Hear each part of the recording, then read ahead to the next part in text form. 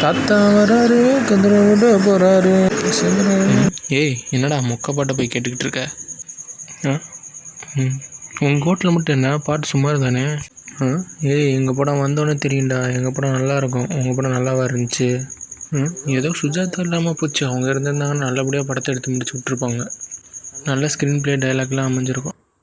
படமே என்ன ரைட்டாக இருக்குது தெரியுமா? அவர் வெறும் டைலாக் ரைட்டர் தான்.